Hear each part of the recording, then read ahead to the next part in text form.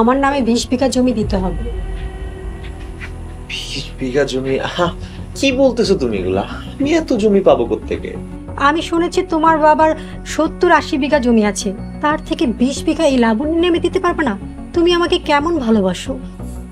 আরে ভাই, জমি তো আমার বাপের, আমার নামে এক ফোঁটা জমিও লেখা নাই। তাছাড়া আমার বাপ আমাকে 1 বিঘা জমি দেয় কিনা সন্দেহ। তাহলে তুমি কি খাবা, বাসা ভাড়া কিভাবে দিবা, সংসার কিভাবে চালাবা? আমি শিক্ষিত একটা ছেলে, একটা চাকরি নিয়ে নেব, কোনো সমস্যাই নেই। দেখো, এই 2 টাকার চাকরি দিয়ে আমার হবে না। যাও, তুমি জমির ব্যবস্থা করো, তারপর বিয়ে করব। লাবণী, তুমি এসব কথা এখন কেন বলতেছো? আগে বলো নাই কেন আমাকে?